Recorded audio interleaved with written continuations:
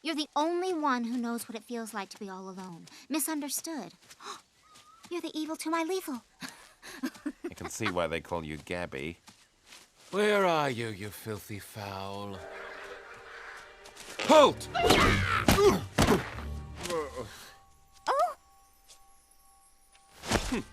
I've been going about this all wrong. I need to search from higher ground. Higher! Higher! Even higher. Little bit higher. Lower, lower now. Yes. Perfect. Ugh. It's an infestation. Keep celebrating. I'll be pooping on your party promptly. Hi, it's me again, Johannes Wolters, and we are here at the Blue Sky Studios, and we are going to speak with the rigging department, and I'm especially informed that the next girl I'm speaking to is from Germany, Sabine Heller. Enjoy the interview. What are you doing here? I'm a technical director. Basically, I'm in the rigging department, and I'm putting the anatomy in the characters. So it's a German job? Because it's very technical. I'm not sure if I guess that's kind of the reputation that the Germans is kind of, it's following the Germans. But I think the job is not only technical, it's also very artistic, because you are not only creating tools and little scripts, which you are doing, but on the other hand, you also have to sculpt and have a very creative and artistic eye to yourself. So. And then there's some animator is coming and they show off with your work. Well, I would rather call it a collaboration, because our work is a little bit hidden, that's very true, but I mean, without the animator, we couldn't really show off our work either, so in a way. It's a give and take. It's a give and take, exactly. Okay, can you show us with blue, because I see blue on your monitor. Yes, yeah. What was the director asking you? What has he be able to do? What? The main difficulty with blue, I worked on blue and jewel, okay. So that's why I have him right now here as an example. If we look at all the controls that we put in, the main difficulty was creating a wing fold, which basically means rigging this wing so that you just have to kind of use a couple of controls and then basically having all those feathers follow it, but then also just checking, this is one of our early tests where we are trying to fold it up, but also having it spread out so that later on we can create a nice flight cycle, so that really all holds up, and for the animator doesn't have to really animate every little single feather, but that it already has a lot of that functionality built in the rig. You are taking secretly over. Yeah, a little bit, yeah. It's also, if you check this out, what those wings have to be, be able to do, it's definitely not what birds could normally do, nope. Even though they have a lot of mobility in their wings. But this, like dancing, for example, it requires so much opening and closing of the wing and having this all nicely arranged. This is something that was maybe the most difficult about the birds. However, there were a couple of other difficulties, like, for example, the legs and the feet. Basically, they have to reach the beak of the birds, since they are using it as like a hand. So this was one of the really hard things, where you have to go in and make it that you can actually go and lift it all the way up and really have it almost in a place where you would normally have an arm, yeah. And that's something that is extremely hard to do. And but it's a characteristic of a bird, so it was one of the big requirements to actually be able to do that. That means you emphasize on the, how do you call that, readability? That you can read the bird, what he's thinking, what he's doing. It's more than staying correct to the nature.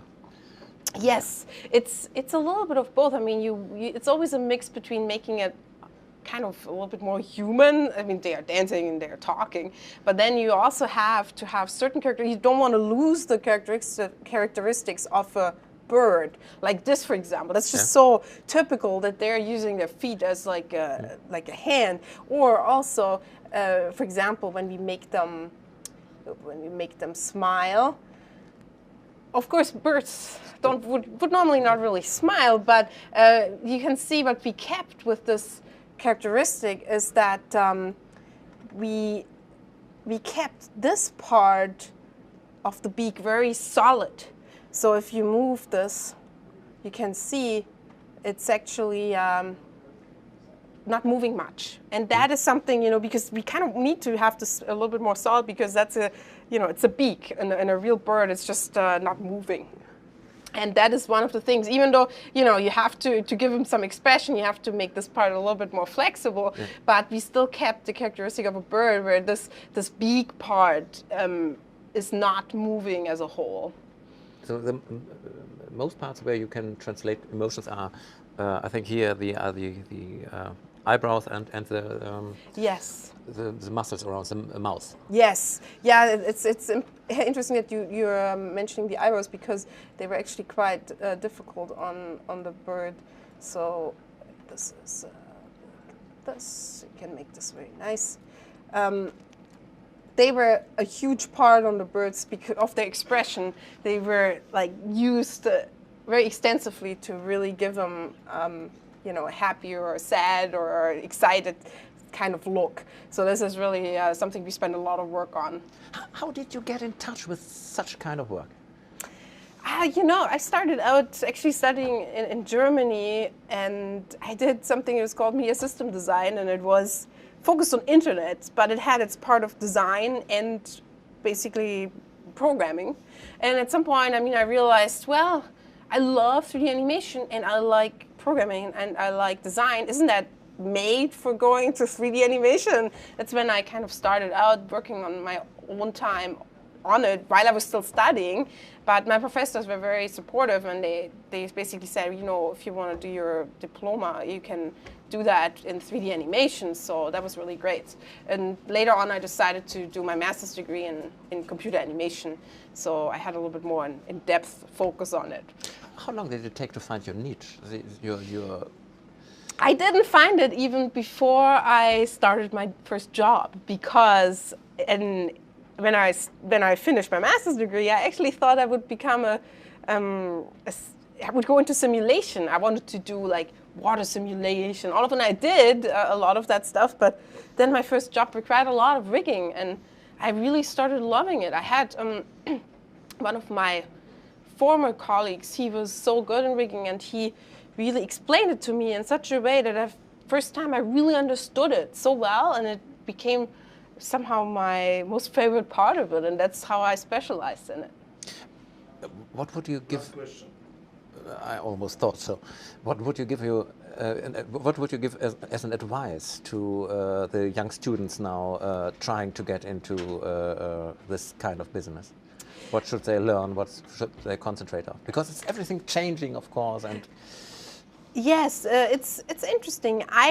I mean, a lot of people didn't go to school that are now actually working in this industry. However, I think when a lot of people started out, there was just not so much there. So in my opinion, I think if you have the chance and you have, Germany has a lot of really good schools to go to. So I would recommend doing that, because I think a good foundation really helps you. But otherwise, just do it. Every time you have time at home, after school, on the weekend. I think everyone has, even if people didn't do a degree in 3D animation, they always, every single one worked on 3D animation during their weekends, at night, during the nights. Everybody worked so feverishly on it, and I think that makes you better just to practice, and that will help you to make a really good demo reel to apply at companies.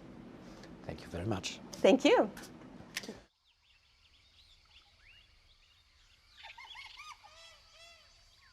Well, at first, I was afraid.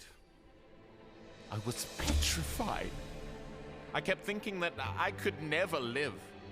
I could barely fly. And I spent, oh, so many nights thinking how he did me wrong, and I grew strong. And I learned how to get along. I'm a survivor. I got the eye of a tiger. Been training to gain and eat my fiber. You been staying alive, well, I be staying alive. Watch where you sit when I spit my saliva like, oh, you never seen a cockatoo? Rocking and shocking and dropping and popping and locking too. I can't believe it. Daddy! You crying? It's a heavy moment and I'm very vulnerable right now. Watch what I can do without no auto-tune. What? Ooh. Oh, no, he didn't. If you try to keep me down, I'll just come back stronger. You try to cut me short, I'll just come back longer. If you beat me at ping pong, I'll just play ping ponga. Give me my throne, I am ready to thrive. One thing I know. Back, you barbarian! That's adorable. I will survive. I will survive.